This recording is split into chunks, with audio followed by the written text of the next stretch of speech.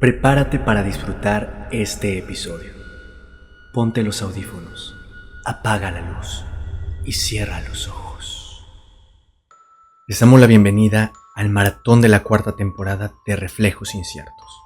Yo soy Rodrigo Rivero y hoy te invito a recordar 4 relatos donde la realidad se desdibuja, el miedo toma forma y las certezas que creíamos tener comienzan a desmoronarse. Recuerda que tu opinión es importante. Escríbela en la caja de comentarios. No olvides suscribirte, darle me gusta y compartirlo para llegar a más personas. Si conoces alguna historia que te gustaría que narrara, compártela en la dirección que aparece en pantalla y únete a nuestra comunidad en redes sociales. Hasta la próxima. Y recuerda que las historias que escuchamos no son solo relatos de otros. Son espejos en donde podemos ver el reflejo distorsionado de nuestra propia oscuridad.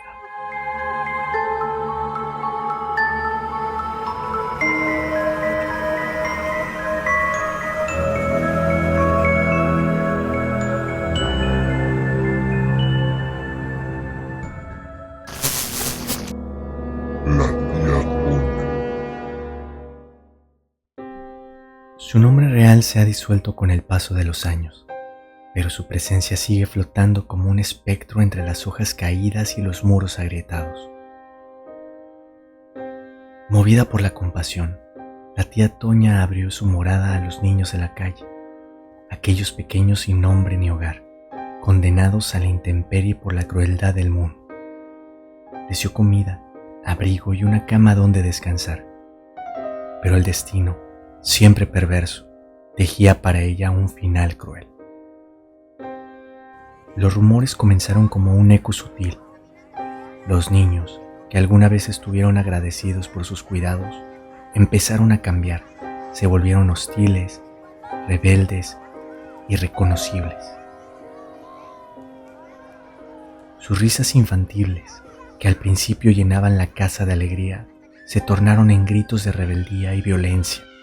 Las paredes, testigos mudos del horror, presenciaban sombras danzando en la penumbra, movimientos furtivos que desafiaban la razón, y entonces la tía Toña también cambió. La dulzura de su voz se hizo grito. Sus manos, antes tiernas, se llenaron de ira y desesperación. Se dice que una noche, en un arranque de furia, la mujer se convirtió en el monstruo que nunca quiso ser. Golpeó a los niños con una rabia que no parecía humana, y sus cuerpos, ya sin vida, fueron arrojados al río cercano a la casa.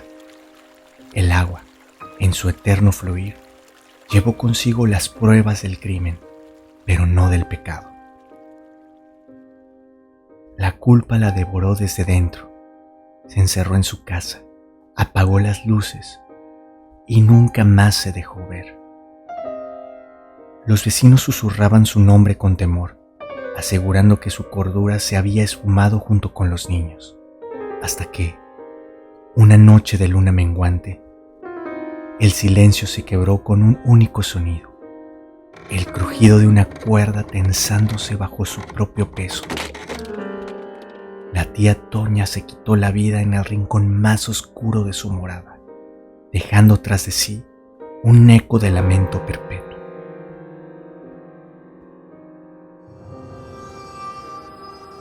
Desde entonces, su casa se ha convertido en un umbral entre este mundo y el otro. Los que se atreven a buscarla tropiezan con caminos que parecen cerrarse tras sus pasos, como si el bosque intentara ocultar la morada maldita. Quienes logran llegar describen una estructura derruida, donde las sombras se deslizan con vida propia y un aire gélido penetra hasta los huesos. Los testimonios de quienes han visitado la casa coinciden en lo mismo. Risas infantiles que flotan en el aire sin un origen claro. Lamentos lastimeros que se filtran desde las grietas de las paredes. Golpes que resuenan en los pasillos vacíos y puertas que se cierran con brutalidad sin que nadie las toque. Algunos, los más desafortunados, han sentido el roce de manos frías que intentan arrastrarlos hacia la penumbra. La figura espectral de la tía Toña, vestida con andrajos y una mirada de tormento insondable, ha sido vista por más de un testigo. Se dice que deambula por la casa, susurrando nombres que nadie recuerda, buscando redención en un mundo que ya no le pertenece.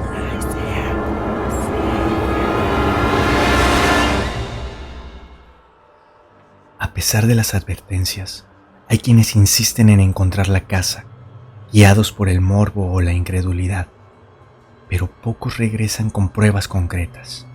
Algunos afirman que la casa ya no existe, que fue destruida para evitar accidentes. Otros aseguran que sigue en pie, pero que solo se revela ante aquellos que la buscan con verdadera atención. La Ouija. Dicen que en este país uno puede comenzar de nuevo, que basta cruzar la frontera para dejar todo atrás. Yo creí eso, solo que no sabía qué otras cosas me estarían esperando. Nos mudamos a Estados Unidos hace 3 años. Mi esposo y yo éramos recién casados, con trabajos mal pagados y una deuda que parecía no tener fondo. Al llegar, él consiguió empleo casi de inmediato en una empacadora de carne, turnos de 12 o 14 horas. Yo me quedaba en casa.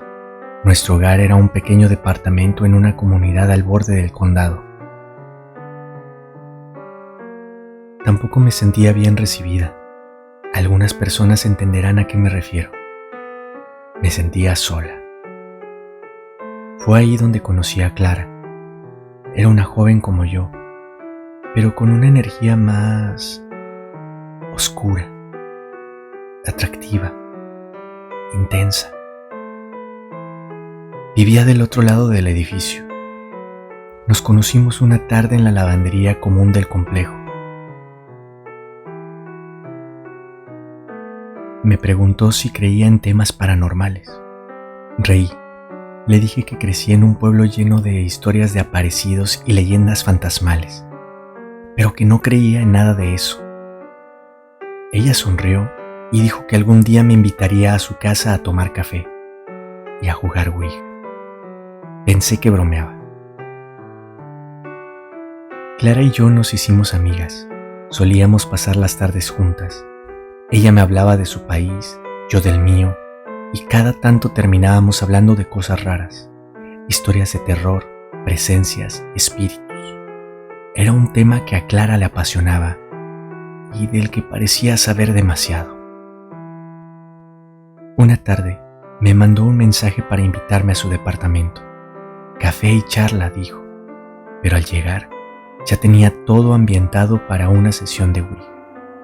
La tabla sobre una manta vieja en el piso, velas encendidas y una música suave que parecía salir del fondo de un pozo. Me sentí entre incómoda y emocionada.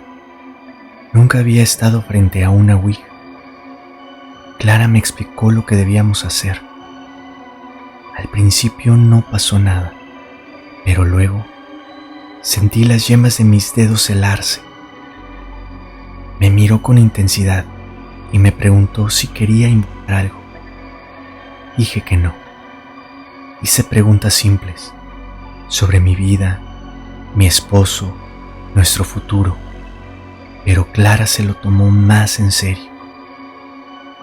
Decía que quería contactar con espíritus que le ayudaran a cumplir su misión en este plano.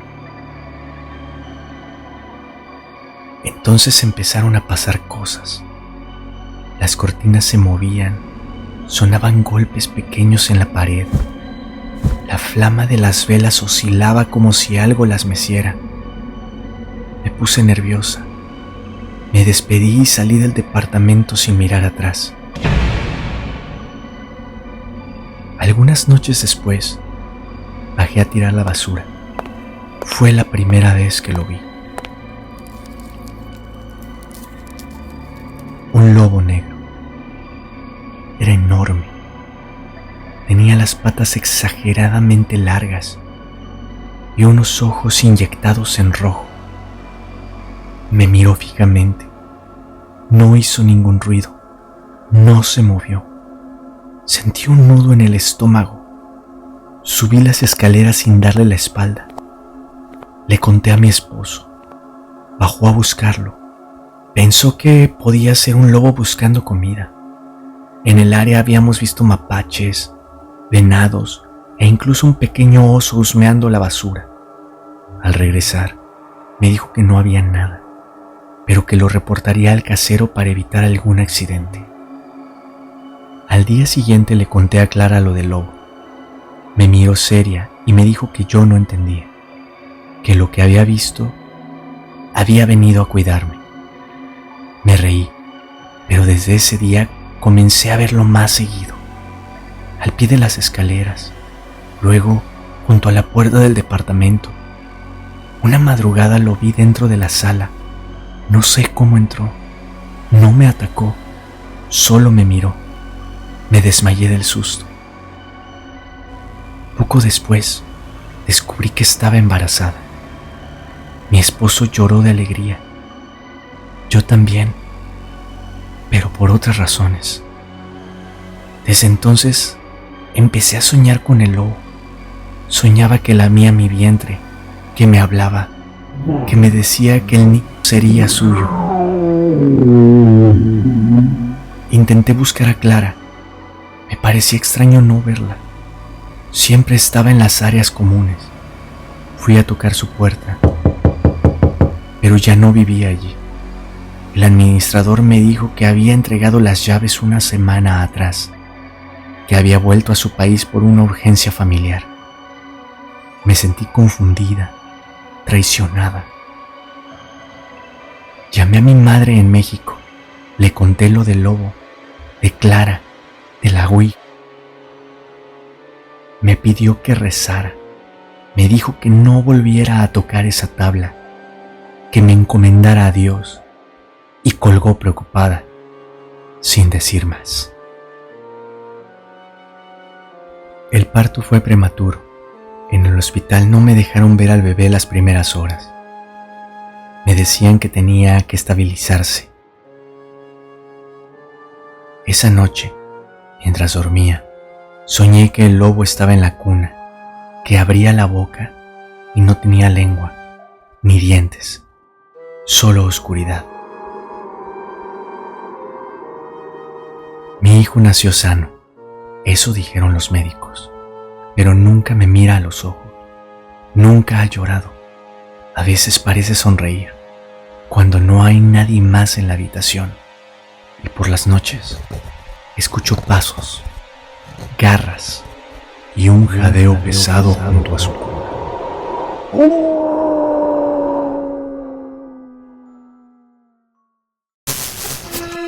El Señor. Hay casas que guardan algo más que recuerdos, lugares donde el tiempo se resiste a marcharse y las historias persisten atrapadas en los muros. No quieren ser recordadas, simplemente se niegan a desaparecer. Hace algunos años participé en un proyecto de integración laboral. Éramos 2 equipos distintos, de áreas que rara vez se mezclaban, intentando trabajar como uno solo. El escenario, una antigua casona en la colonia Condesa.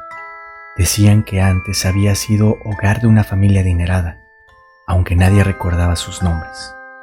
Solo algunos compañeros mencionaban que ahí algo había terminado mal. La primera vez que la vi me pareció hermosa. Techos altos, vitrales, candelabros, jardines, escaleras de mármol. Pero había algo extraño. Un ambiente denso, como si las paredes respiraran, como si nos observaran. Yo solía llegar temprano. Me gustaba el silencio antes del bullicio. Una mañana, mientras preparaba la sala de juntas, me detuve frente a la pantalla. En el reflejo del vidrio vi una silueta. Un hombre, parado justo detrás de mí. Me giré de inmediato. No había nadie. Intenté convencerme de que lo que había visto era solo mi reflejo, Pero no era cierto. A quien vi era más alto, vestía ropa antigua, de otra época. No dije nada, no quería parecer paranoica ni supersticiosa. Intenté olvidar el momento, fingir que todo tenía una explicación lógica.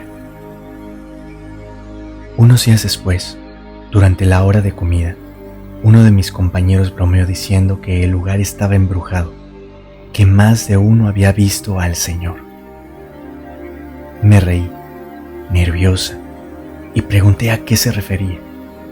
Lo describieron con precisión: alto, delgado, traje oscuro, mirada ausente, exactamente lo que yo había visto. Desde entonces, empecé a temer estar sola en cualquier rincón de la casa. Sentía su mirada clavada en mí. Cuando caminaba de oficina a oficina, cuando trabajaba tarde, cuando me quedaba sola. Siempre esa presencia, quieta, al acecho. Una madrugada, me tocó quedarme con otra compañera. Teníamos que entregar los resultados del proyecto y los horarios eran crueles. A las 3 de la mañana, el hambre nos venció. Fuimos a la sala de descanso a buscar algo en la máquina de dulces. Mientras elegíamos qué comprar, algo nos detuvo. Un reflejo. En el vidrio de la máquina, una figura, de pie, justo detrás de nosotras. No gritamos, el miedo nos apretó la garganta. Corrimos, no miramos atrás, solo corrimos, llorando, jadeando. El sonido de nuestros pasos y algo más, pasos que no eran nuestros. Llegamos a la caseta de entrada, donde los guardias nos vieron llegar desencajadas. Preocupados, nos preguntaron qué había pasado. No pudimos responder. Solo queríamos salir de ese lugar. Al día siguiente intentamos contar lo ocurrido. Nadie se rió. Nadie lo dudó. Solo bajaron la voz, como si hablar de él pudiera hacerlo regresar. Todos los que trabajábamos ahí lo habíamos visto. No hablaba. Solo aparecía, pero su presencia llenaba el aire de una tristeza insoportable. Esa noche, ya en casa, decidí investigar en internet si había alguna información sobre la propiedad. No tardé mucho en encontrar una nota de los años 50.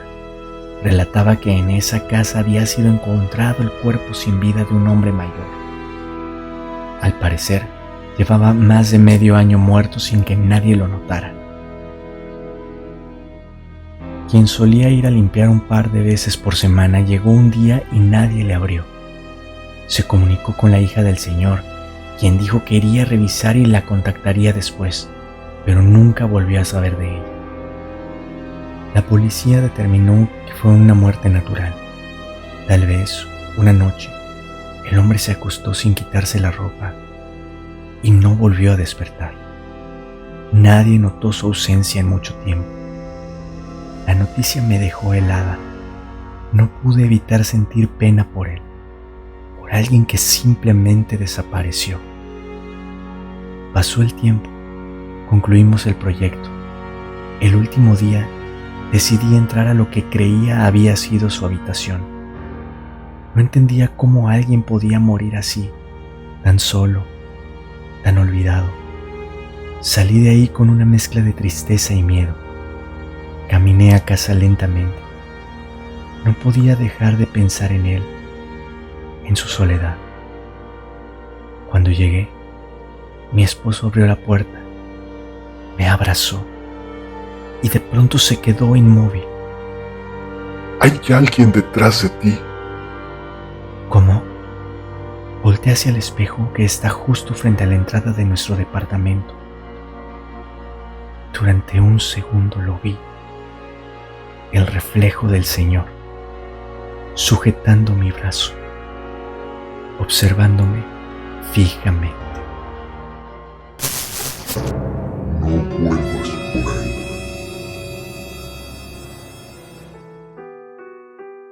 Esto pasó hace algunos años, cuando apenas salía de la adolescencia. En esa etapa donde piensas que a ti nada te puede pasar. Era de noche, entre las 7 y las 8, esa franja en que las sombras van ganando terreno sin que uno se dé cuenta. Venía caminando con una amiga rumbo a mi casa. No recuerdo de dónde veníamos, pero sí sé que era un día de diciembre, de esos en los que el frío te pega sin avisar y la noche gana terreno rápidamente. La estación del metro Colegio Militar escupía gente a paso apresurado. Nosotros éramos 2 entre decenas, pero en cuanto puse un pie fuera del metro, sentí como algo se rompía. Un escalofrío me cruzó la espalda, sin motivo, como si alguien invisible hubiera soplado justo detrás de mi oreja. Un presentimiento, un nudo en el estómago. Pensé, no deberíamos caminar por aquí, pero lo deseché de inmediato. Caminamos por la avenida Felipe Carrillo Puerto, una calle oscura donde las luces parpadeaban como si quisieran apagarse. Esa zona siempre fue peligrosa, todos lo sabían. Robos, peleas, personas en las esquinas observándote en silencio. Pero esa noche, lo que sentí no fue miedo a que me asaltaran, fue otra cosa, un presentimiento espeso, algo que me rozaba los huesos. Mi amiga hablaba, distraída, contando alguna historia absurda de esas que te hacen reír. Yo solo asentía, mientras mis ojos se movían sin control. Todo en mí estaba alerta. Cuando estábamos por llegar a la parada del camión, la punzada en mi estómago se volvió una orden silenciosa, fuerte, clara, urgente. Toma un taxi. No te quedes aquí. Me detuve por un instante. La miré. Ella no notaba nada. Quise decirle que cambiáramos de rumbo, que era mejor buscar otro camino, cualquier otra cosa, pero no dije nada. Me dio pena parecer paranoico. Me dio miedo quedar como un exagerado, así que me quedé callado. Nos detuvimos en la parada del camión. Frente a nosotros, la avenida vacía. A nuestras espaldas, las rejas del colegio militar. Ese lugar, de día, está lleno de movimiento. Soldados, cadetes, camiones, voces. Pero de noche es otra cosa. Silencioso, muerto, como si nunca nadie lo hubiera habitado. Y entonces los vi. Del otro lado de la calle, 2 figuras emergieron de la oscuridad. 2 jóvenes más o menos de nuestra edad, delgados, con ropa sucia. No caminaban, se deslizaban. Y lo peor no fue verlos. Lo peor fue lo que sentí. Una certeza absoluta. Vienen por nosotros. Mi amiga seguía hablando. Ni siquiera los había notado. Los vi cruzar la avenida, directo hacia nosotros. Intenté disimular, pero ya era tarde. El miedo ya había decidido dónde quedarse. Uno de ellos se detuvo detrás de mí, el otro frente a mi amiga. Sentí una mano fuerte apretarme la espalda como si quisiera traspasar mi cuerpo. Y luego, el frío de una hoja metálica se posó contra mi cuello. No te muevas, o aquí te quedas, dijo una voz seca, quebrada, como si no hubiera bebido agua en días. El otro me metía la mano en los bolsillos, con desesperación, sacando el celular, la cartera, lo que encontrara. Mi amiga apenas respiraba. Sus ojos eran grandes como monedas, pero no decía una sola palabra. Yo tampoco. porque sabía que un solo movimiento podía hacer que esa hoja entrara en mi cuello.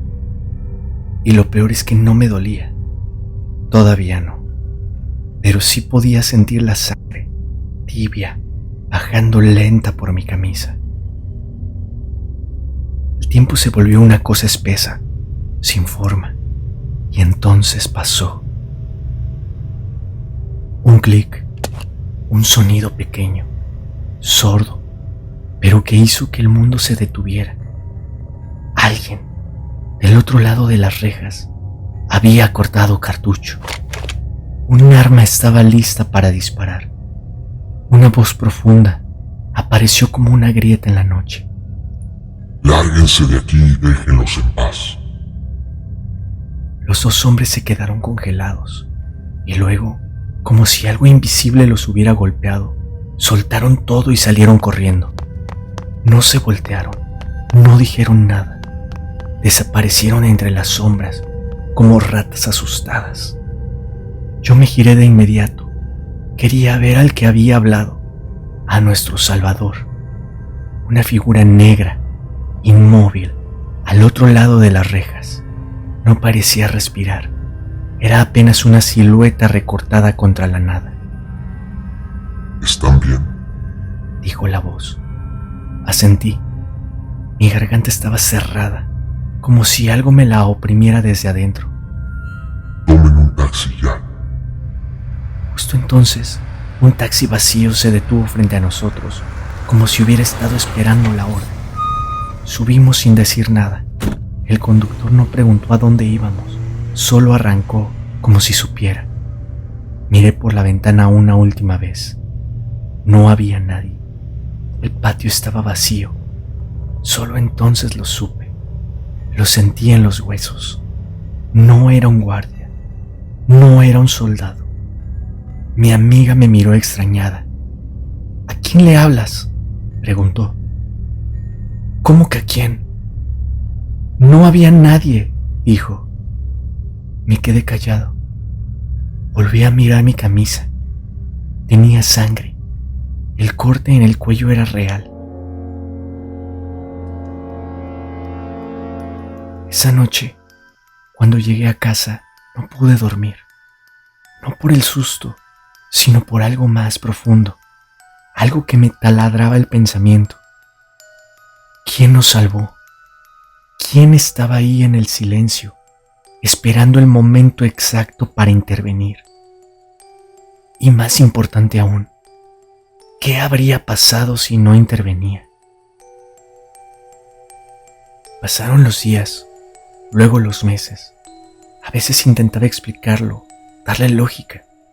Pensaba, quizás fue un soldado fuera de turno, tal vez un vecino armado, un policía encubierto, pero todas esas teorías se deshacían cuando recordaba la voz. No era humana, no del todo. Había algo más, algo que no encajaba en este mundo. Una noche, tiempo después, pasé de nuevo por esa avenida. Era más temprano, más segura, pero al acercarme a la reja del colegio militar, el aire cambió. Se volvió más denso, más frío. Y por un segundo, juro que vi la silueta otra vez, inmóvil, observándome. No me detuve. Seguí caminando a paso acelerado. Desde entonces, nunca más ignoré mi intuición, ese nudo en el estómago, esa punzada en la espalda, esas señales que parecen no tener lógica. Porque a veces, lo que llamamos intuición no es solo el cuerpo reaccionando al peligro, es algo más, algo que intenta protegernos o advertirnos de cosas que no entendemos, de cosas que caminan a nuestro lado sin que las veamos, de cosas que no siempre tienen forma, pero sí tienen voluntad. Y a veces, solo a veces, deciden intervenir.